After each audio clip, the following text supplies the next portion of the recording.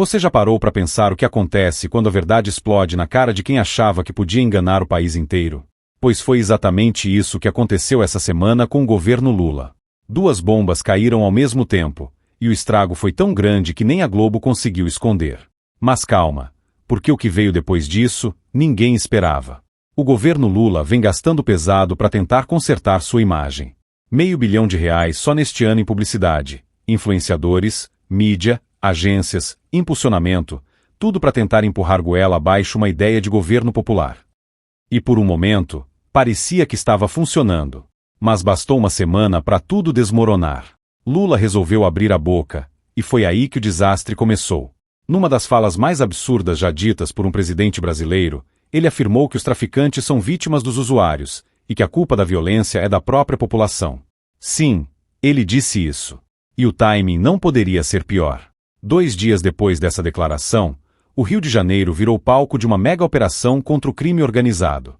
Uma ação dura, direta, e que contou com o apoio da população, mas não do governo federal. Quando a Polícia Militar do Rio e o governador Cláudio Castro pediram ajuda a Brasília, o que o Ministério da Justiça fez? Negou. Lewandowski disse em coletiva que não houve pedido formal. Mas na mesma entrevista, o diretor da Polícia Federal, Andrei Rodrigues, o desmentiu ao vivo, admitindo que o pedido existiu, sim, e que foi recusado. Ou seja, o governo preferiu proteger o discurso politicamente correto do que enfrentar o narcotráfico de frente. E nas redes, a repercussão foi devastadora. Cláudio Castro ganhou 500 mil de seguidores em poucos dias, enquanto o governo era apelidado de o governo dos traficantes. Mas a história não parou por aí. Enquanto o Palácio do Planalto tentava apagar o incêndio, uma nova crise começou a se formar em Brasília. E essa, talvez, seja ainda pior. As investigações da CPMI e do INSS começaram a apontar para um rombo bilionário envolvendo descontos fraudulentos em aposentadorias de idosos. E quem aparece no meio de tudo isso? Figuras ligadas ao próprio governo e ao PT.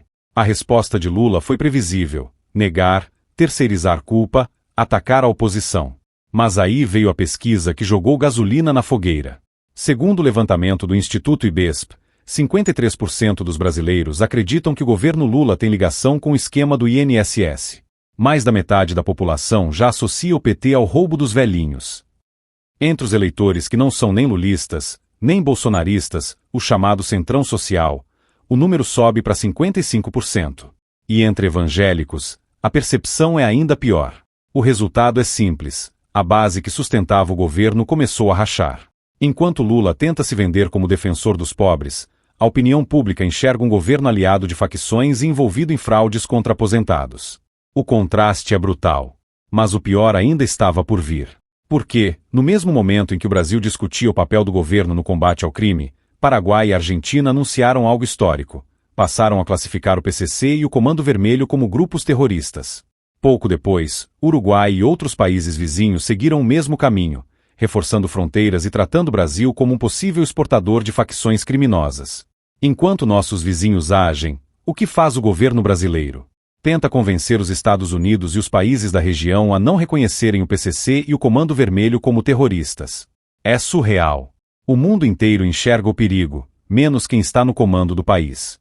E não sou eu quem diz isso.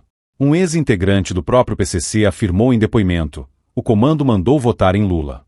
Mandou os familiares votarem também. É uma confissão direta. Mas se alguém repete o que foi dito por criminosos, o PT processa, tenta calar. Porque o que eles mais temem é a verdade vindo à tona. Essa semana marcou um ponto de virada. De um lado, um presidente que se diz do povo, mas que protege facções e fecha os olhos pro roubo do INSS. Do outro, um país cansado, que começa a enxergar o tamanho da farsa. O Brasil está sendo tratado como exportador de narcotráfico pelos vizinhos. E dentro de casa, o governo tenta convencer você de que o problema é o usuário. A pergunta é: até quando o Brasil vai tolerar um governo que protege criminosos e processa quem ousa falar a verdade? Porque uma coisa é certa: as bombas dessa semana ainda vão ecoar por muito tempo, e o estilhaço, dessa vez, caiu direto no Planalto. Até o próximo vídeo.